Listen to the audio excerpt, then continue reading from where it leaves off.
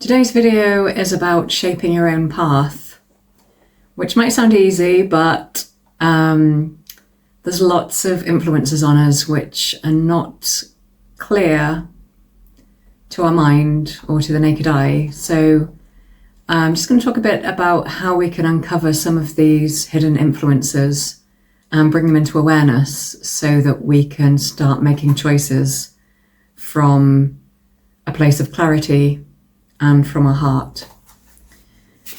So if you think about it, we're very conditioned. In our lifetime, we're taught how to be, we're taught to go to school, we're taught a lot of specific subjects at school, we're tested, we get graded, we get told how good we are, what we're good at, what we're not good at, and everything is kind of on a scale in terms of how we compare to others, our expectations from our family on what we're going to do with our lives, maybe what type of job we're going to have, etc., etc.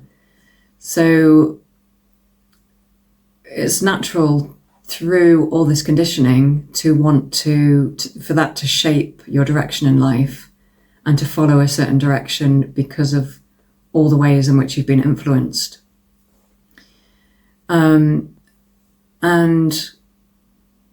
it can happen that you want to make a different choice and you want to make a change, but somehow that seems very difficult. There's a lot of resistance, but it's difficult to understand why. There's like a lack of momentum in the direction that you want to move, but it's unexplained.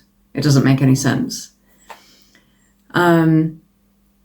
So what's happening in those cases is often there are influences from the subconscious, so things that are not in our awareness, but just sort of embodied almost. We're trained in a certain way of thinking, we're trained in a certain way of being. And it's these ways that we're trained which then stop us from moving forward.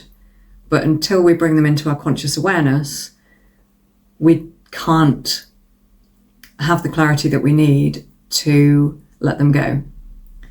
So I'm big into dreams, and I would definitely recommend doing some dream work and examining dreams and the topics. So things you can look at are things like the environment, the people that appear in your dreams, objects, I would say symbols. So if there are things that appear in your dream, for instance, a shoe, that you could see that as a symbol representing something.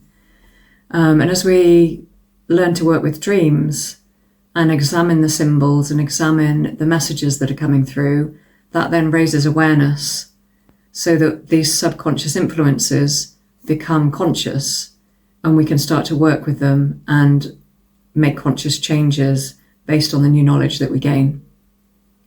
So I'm going to be talking more about dreams in some of my upcoming videos.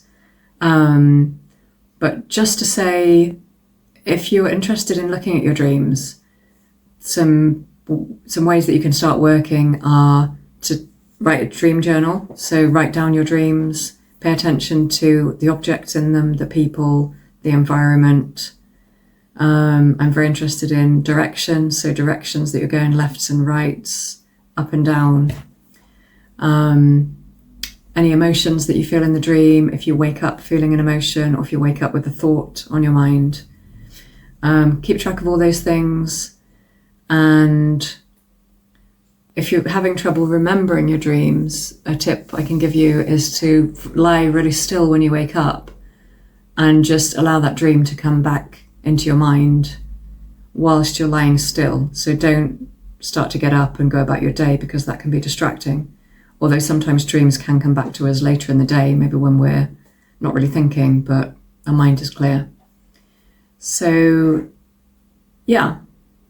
Going to be talking a bit more about dreams and get everyone thinking about those subconscious influences which are driving our behaviours and choices in life.